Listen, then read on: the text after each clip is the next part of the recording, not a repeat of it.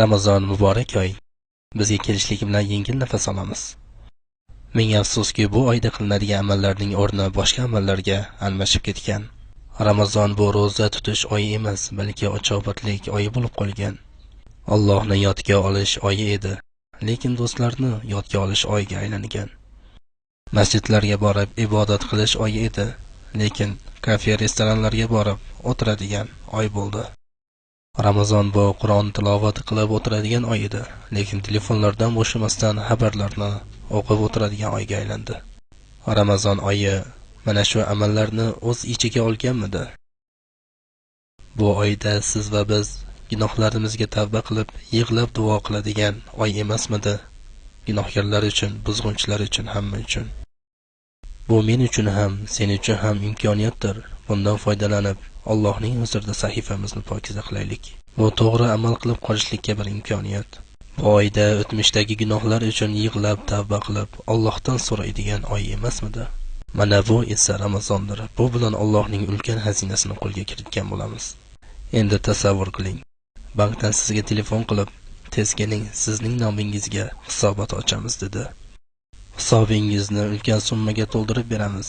2 soat muhlat, xohlagancha olishingiz mumkin dedi. Bu bir hayolat edi, lekin sizni yuzingizga tabassum ulashdi. Nega? Chunki o'ylab qolishingiz mumkin. 2 soatda men qancha pul olishim mumkin? Agar 2 soat tinmay ishlasam, hayotimni misli ko'rilmagan tarafga o'zgartirishim mumkin-ku. Endi o'ylab ko'ring, kim bu 2 soatda telefoniga javob beradi? Kelgan xatlarni tekshirgan vaqt topamizmi? Bizlardan birortamiz 2 soat hordiq chiqaray deydimi?